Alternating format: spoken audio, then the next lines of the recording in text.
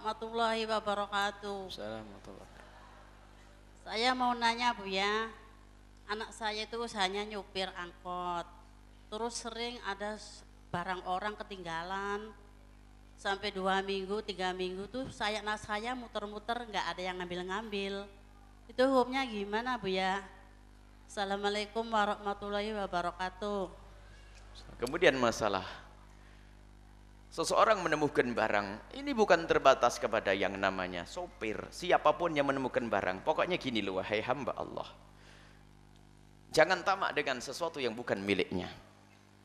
Pulpen jatuh, bukan milik kita, sudah jangan terpesona dan jangan pengen. Cuma naudzubillah ada orang tangan usil, biarpun sudah ada pemiliknya masih ada pengen. Itu adalah nasib, nasib busuk, nasib buruk, nasib hina.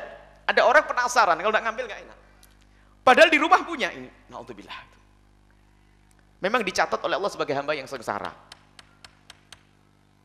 Kalau tidak ngambil nggak enak. Bukan saja nggak punya duit, ada duit, tapi ada penyakit. Kalau dalam dunia psikologi katanya penyakit gini, ya enggak, itu nggak punya iman, sudah selesai. Imannya keropos itu, ngambil barangnya orang. Nah, kalau ini karena ada orang gatel kalau tidak ngambil, gatel nggak ambil. Loh, kan sudah tahu ini haram, ini dosa, selesai. Jadi ada orang punya kebiasaan ngambil. Makanya dari kecil harus anak kita latih, jangan mengambil. Biarpun itu tidak ada pemiliknya. Jangan sampai kita ajari, ambil nak, nggak ada pemiliknya. Justru sebaliknya, mau diambil, nak, milik siapa itu? Nggak ada yang punya.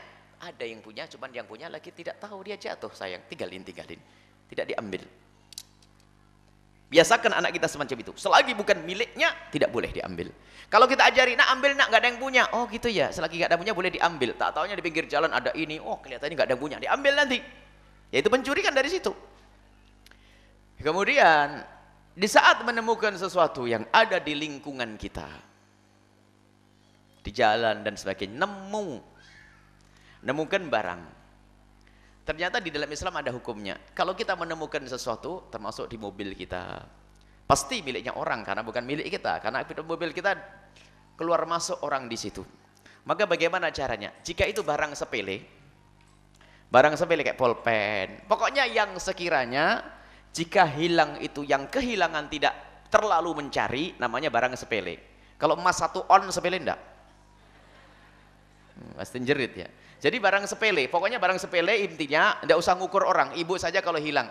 Sekarang itu duit 1.000 sepele kayaknya, nggak usah bingung di banyak mana 1.000, 5.000 aja sepele kayaknya. Paling lihatnya gini, mana ya? Jadi kalau barang sepele itu cukup kita umumkan. Di tempat umumnya orang bakal mencarinya. Misalnya di sini menemukan duit 5.000. Atau pulpen, umumkan ibu teriak-teriak, ini pulpen siapa, pulpen siapa, pulpen siapa, pulpen siapa, sampai selesai bubarnya perkumpulan tersebut, nggak ada yang punya, boleh dipakai. Tapi setelah diumum, kalau belum mengumumkan pakai haram, gosip. Itu kalau barang tidak berharga. Tapi kalau barang berharga, ibu nggak tahu yang ditemukan anak tadi, jangan anting, jangan kalung, itu nggak tahu. Pokoknya kalau barangnya berharga yang bakal dicari oleh orangnya, maka caranya adalah diumumkan selama 1 tahun. Sebagian ulama mengatakan 2 tahun. Cuman cara ngumumkannya, setiap hari gembar-gembor, siapa kehilangan kalung sambil jopir, siapa kehilangan kalung nih, setiap hari di minggu pertama, seminggu berturut-turut. Setelah seminggu berturut-turut, baru seminggu sekali di bulan pertama, setiap hari Jumat. Di mana tempat mengumumkannya? Di tempat keremen, di pasar, sama di depan masjid, bukan di dalam masjid. Karena di depan masjid orang sholat Jumat, di pasar orang belanja, maka diumumkan, ibu nongkrong di sana. Siapa yang kehilangan kalung nih? Nggak ada yang ngambil. Di masjid sana nih. Jadi setiap hari dalam minggu pertama, setiap minggu di bulan pertama, baru setelah itu setiap bulan. Sampai genap 1 tahun terakhir diumumkan di waktu hari raya Idul Fitri itu. Di mana? Di jabana atau di tempat sholat hari raya diumumkan siapa yang kehilangan emas nih. Nah, ini. Kalau tidak ada yang mengambil, maka ibu boleh pakai. Boleh pak? Pakai ibahah, bukan tamlik.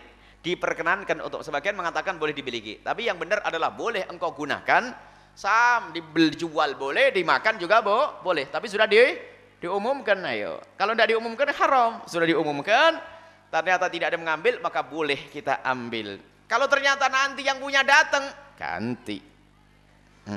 Karena bukan milikmu, namanya ya, seperti itu. Maka jangan biasa tamak. Sekarang naudzubillah, iman atau kurang pendidikan, sampai suatu ketika kita melihat kecelakaan di Pantura sana. Ada susu Indomie beratong, kayak Rizki nomplok, sak kampung datang Rizki. Astagfirullahaladzim, orang kena musibah malah diambil. Kiki. Allahu Akbar.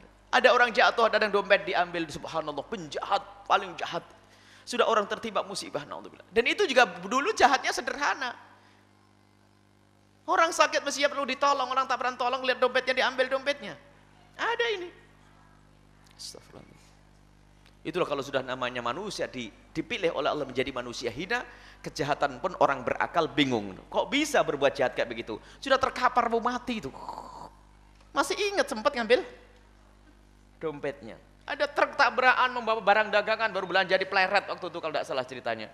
Itu kuenya tuh habis sama orang, ada yang bawa renteng. Sampai tak pikir ada orang kalungan susu. Wah, dari mana kalungan apa susu sasetan itu? Lari ini. Oh, ada bagi-bagi bukan? Tadi ada kecelakaan tabrakan. Ya Allah, astagfirullah. Ini pendidikannya di mana? Haram, Ibu. Haram. Tidak boleh itu. Gimana kita mengembalikannya? Orang kena musibah itu. Makanya perlu dididik anak-anak kita. Selagi bukan miliknya adalah tidak boleh pakai. Sandal orang lain gosok. Pokoknya jangan baju orang lain. Tidak. Milikmu sendiri, nak. Jangan sampai anak kita masuk ke pencurian atau mengambil haknya orang lain. Baik.